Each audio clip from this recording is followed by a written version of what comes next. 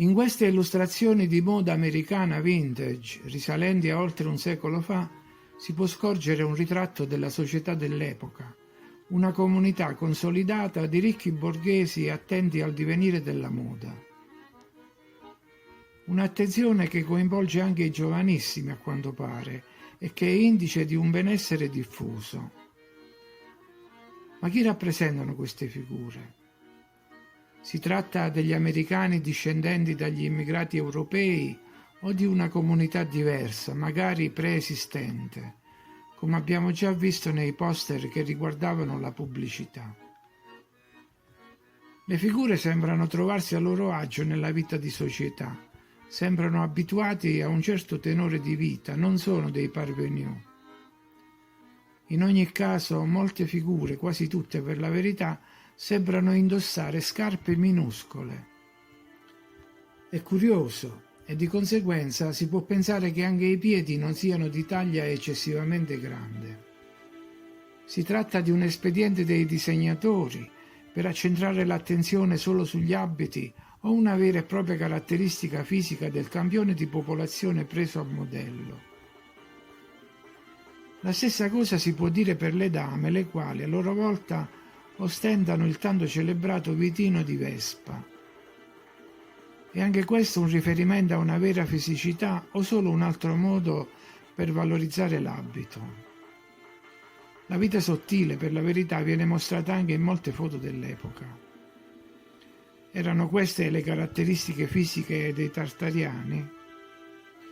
Comunque, a parte ciò, è interessante quello che c'è dietro alle figure. Gli sfondi che formano la location, come si direbbe oggi.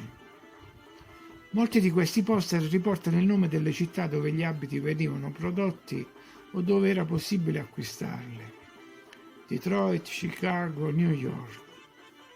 Le immagini mostrano come le città dovevano essere in quel periodo ed erano assolutamente uguali alle città europee.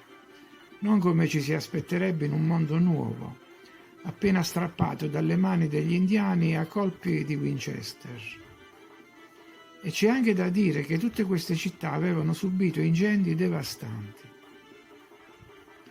Nonostante ciò, sullo sfondo possiamo notare delle cattedrali, chiese con cupole, torri e guglie altissime, ponti, edifici simili a templi con colonne e frontoni, statue e vasi con sirene, capitelli e archi, tempietti come a Villa Borghese e castelli come in Germania. E poi il Campidoglio, la massima espressione di un'architettura che spesso abbiamo definito del vecchio mondo, della civiltà antecedente. Infine, a fare da tramite fra queste opere, ancora una volta il simbolo della spirale.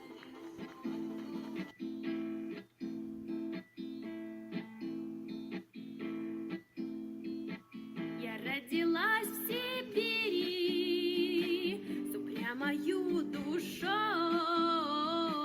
и так меня любили. Я выросла большой, был цвет черемух белый и белый гул пурги, а я все песни пела под музыку тайги. День за днем, а за зимою лето. Давным-давно мне надоело это. Куда же вы, куда, уходите года, мои неповторимые года. День за днем, а за зимою лето. Уеду я отсюда, я уеду. Да только вот беда, да только в том беда, не денусь от себя я никуда. Я родилась в Сибири, в лесу над Ингодой, и тяжелее гири была мне жизнь порой, не просто и не скоро, в крутом потоке дней попасть сумела в город я с песнею своей.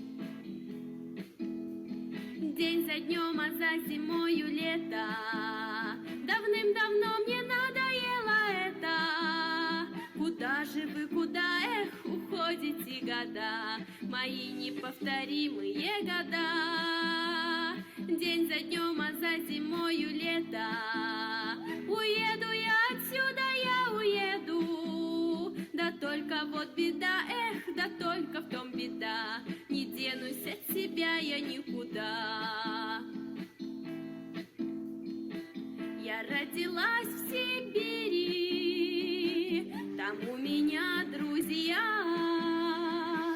и там меня любили за то, что я есть я. Там тишина и горы, и звезд полет во тьму, и покидая город, я говорю ему. День за днем, а за зимою лето. Давным-давно мне надоело это. Куда же вы, куда, эх, уходите года, мои неповторимые года. День за днем, а за зимою лето. Уеду я отсюда, я уеду. Да только вот беда, эх, да только в том беда, не денусь от себя я никуда. Я родилась в Сибири с упрямою душой.